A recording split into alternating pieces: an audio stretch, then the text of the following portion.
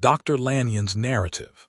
On the 9th of January, now 4 days ago, I received by the evening delivery a registered envelope, addressed in the hand of my colleague and old school companion, Henry Jekyll. I was a good deal surprised by this, for we were by no means in the habit of correspondence. I had seen the man, dined with him, indeed, the night before, and I could imagine nothing in our intercourse that should justify formality of registration. The contents increased my wonder, for this is how the letter ran.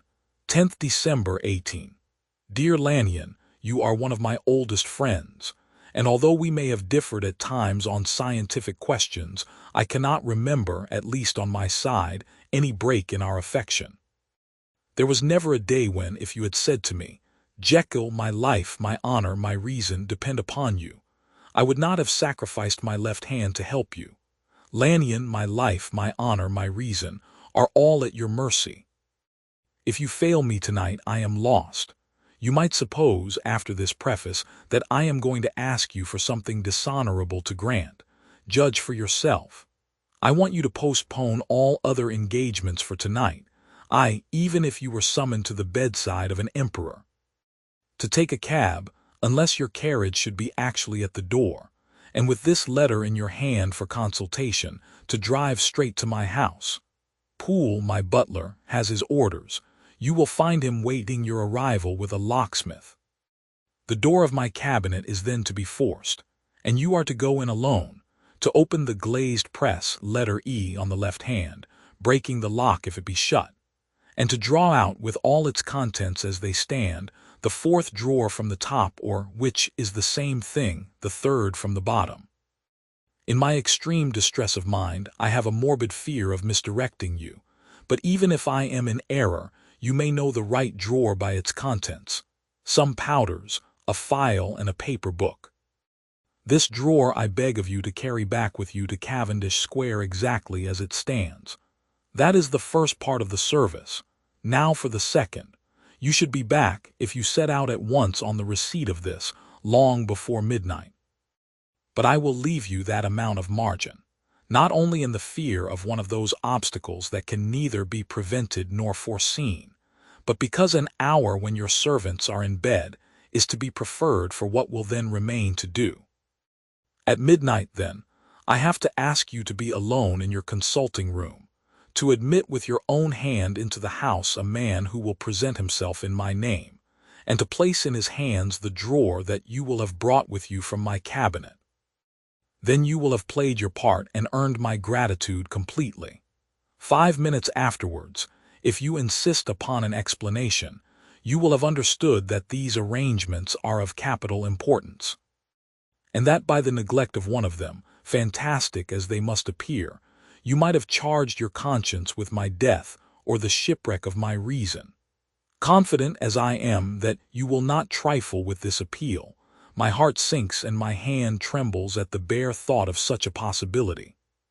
Think of me at this hour in a strange place, laboring under a blackness of distress that no fancy can exaggerate, and yet well aware that, if you will but punctually serve me, my troubles will roll away like a story that is told. Serve me, my dear Lanyon, and save.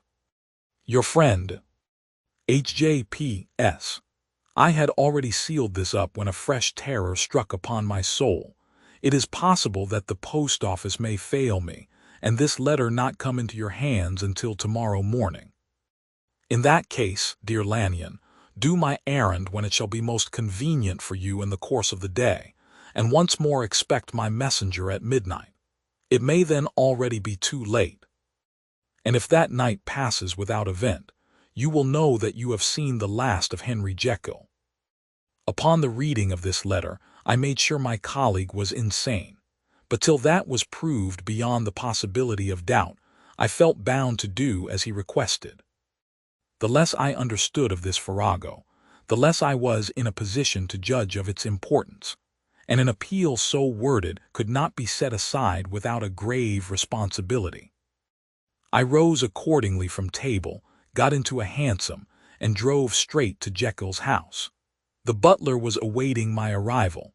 He had received by the same post as mine a registered letter of instruction, and had sent at once for a locksmith and a carpenter. The tradesmen came while we were yet speaking, and we moved in a body to old Dr. Denman's surgical theater, from which, as you are doubtless aware, Jekyll's private cabinet is most conveniently entered. The door was very strong, the lock excellent. The carpenter avowed he would have great trouble and have to do much damage if force were to be used, and the locksmith was near despair. But this last was a handy fellow, and after 2 hours' work the door stood open. The press marked E was unlocked, and I took out the drawer, had it filled up with straw and tied in a sheet, and returned with it to Cavendish Square. Here I proceeded to examine its contents. The powders were neatly enough made up, but not with the nicety of the dispensing chemist, so that it was plain they were of Jekyll's private manufacture. And when I opened one of the wrappers I found what seemed to me a simple crystalline salt of a white color. The phial, to which I next turned my attention, might have been about half full of a blood-red liquor, which was highly pungent to the sense of smell, and seemed to me to contain phosphorus and some volatile ether. At the other ingredients I could make no guess. The book was an ordinary version book, and contained little but a series of dates. These covered a period of many years, but I observed that the entries ceased nearly a year ago and quite abruptly. Here and there a brief remark was appended to a date, usually no more than a single word. Double, occurring perhaps 6 times in a total of several hundred entries. And once very early in the list and followed by several marks of exclamation, total failure. All this, though it whetted my curiosity, told me little that was definite. Here were a phial of some salt, and the record of a series of experiments that had led, like too many of Jekyll's investigations, to no end of practical usefulness. How could the presence of these articles in my house affect either the honor, the sanity, or the life of my flighty colleague? If his messenger could go to one place, why could he not go to another? And even granting some impediment, why was this gentleman to be received by me in secret? The more I reflected, the more convinced I grew that I was dealing with a case of cerebral disease. And though I dismissed my servants to bed, I loaded an old revolver that I might be found in some posture of self-defense. 12 o'clock had scarce rung out over London, ere the knocker sounded very gently on the door. I went myself at the summons and found a small man crouching against the pillars of the portico. "Are you come from Dr. Jekyll?" I asked. He told me yes by a constrained gesture. And when I had bidden him enter, he did not obey me without a searching backward glance into the darkness of the square. There was a policeman not far off, advancing with his bull's eye open. And at the sight I thought my visitor started and made greater haste. These particulars struck me, I confess, disagreeably, and as I followed him into the bright light of the consulting room, I kept my hand ready on my weapon. Here at last I had a chance of clearly seeing him. I had never set eyes on him before, so much was certain. He was small, as I have said. I was struck besides with the shocking expression of his face, with his remarkable combination of great muscular activity and great apparent debility of constitution, and last but not least, with the odd, subjective disturbance caused by his neighborhood. This bore some resemblance to incipient rigor, and was accompanied by a marked sinking of the pulse. At the time, I set it down to some idiosyncratic, personal distaste, and merely wondered at the acuteness of the symptoms. But I have since had reason to believe the cause to lie much deeper in the nature of man, and to turn on some nobler hinge than the principle of hatred. This person, who had thus, from the first moment of his entrance, struck in me what I can only describe as a disgustful curiosity, was dressed in a fashion that would have made an ordinary person laughable. His clothes, that is to say, although they were of rich and sober fabric, were enormously too large for him in every measurement, the trousers hanging on his legs and rolled up to keep them from the ground, the waist of the coat below his haunches, and the collar sprawling wide upon his shoulders. Strange to relate, this ludicrous accoutrement was far from moving me to laughter. Rather, as there was something abnormal and misbegotten in the very essence of the creature that now faced me, something seizing, surprising, and revolting, this fresh disparity seemed but to fit in with and to reinforce it. So that to my interest in the man's nature and character, there was added a curiosity as to his origin, his life, his fortune and status in the world. These observations, though they have taken so great a space to be set down in, were yet the work of a few seconds. My visitor was, indeed, on fire with somber excitement. "Have you got it?" he cried. "Have you got it?" And so lively was his impatience that he even laid his hand upon my arm and sought to shake me. I put him back, conscious at his touch of a certain icy pang along my blood. "Come, sir," said I, "you forget that I have not yet the pleasure of your acquaintance. Be seated if you please." And I showed him an example, and sat down myself in my customary seat, and with as fair an imitation of my ordinary manner to a patient, as the lateness of the hour, the nature of my preoccupations, and the horror I had of my visitor, would suffer me to muster. "I beg your pardon, Dr. Lanyon," he replied civilly enough. "What you say is very well founded, and my impatience has shown its heels to my politeness. I come here at the instance of your colleague, Dr. Henry Jekyll, on a piece of business of some moment, and I understood." He paused and put his hand to his throat, and I could see, in spite of his collected manner, that he was wrestling against the approaches of the hysteria. I understood, a drawer. But here I took pity on my visitor's suspense, and some perhaps on my own growing curiosity. "There it is, sir," said I, pointing to the drawer, where it lay on the floor behind a table and still covered with the sheet. He sprang to it and then paused, and laid his hand upon his heart. I could hear his teeth grate with the convulsive action of his jaws, and his face was so ghastly to see that I grew alarmed both for his life and reason. "Compose yourself," said I. He turned a dreadful smile to me, and as if with the decision of despair, plucked away the sheet. At sight of the contents, he uttered one loud sob of such immense relief that I sat petrified. And the next moment, in a voice that was already fairly well under control, "Have you a graduated glass?" he asked. I rose from my place with something of an effort and gave him what he asked.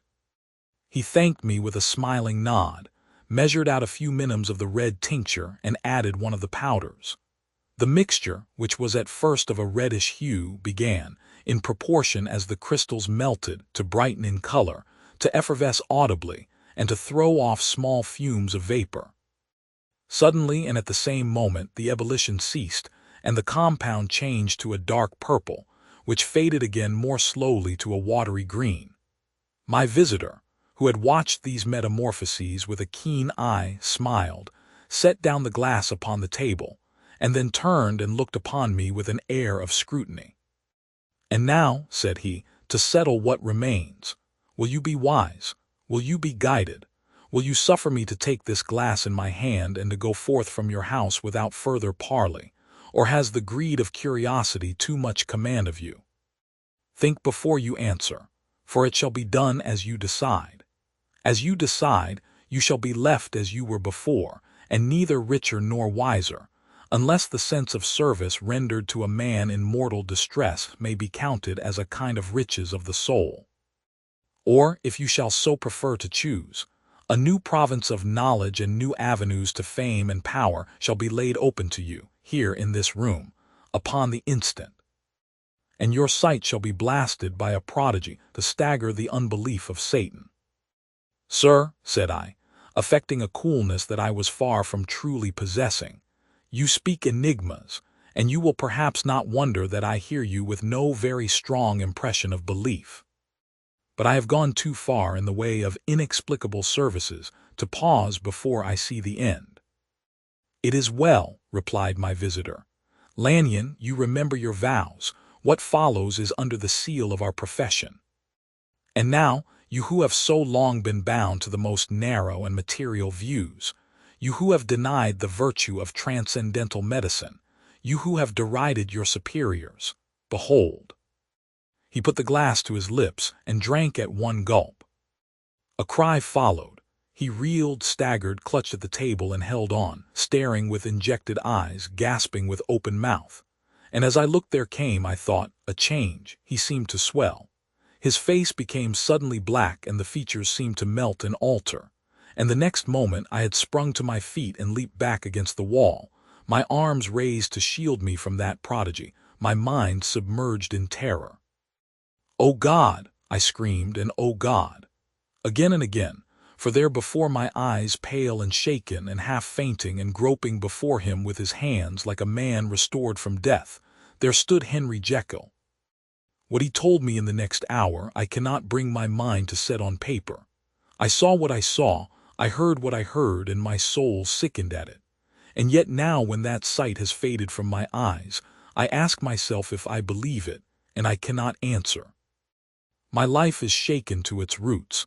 Sleep has left me. The deadliest terror sits by me at all hours of the day and night, and I feel that my days are numbered and that I must die, and yet I shall die incredulous. As for the moral turpitude that man unveiled to me, even with tears of penitence, I cannot, even in memory, dwell on it without a start of horror. I will say but one thing, Utterson, and that, if you can bring your mind to credit it, will be more than enough. The creature who crept into my house that night was, on Jekyll's own confession, known by the name of Hyde, and hunted for in every corner of the land as the murderer of Caro. Hasty Lanyon.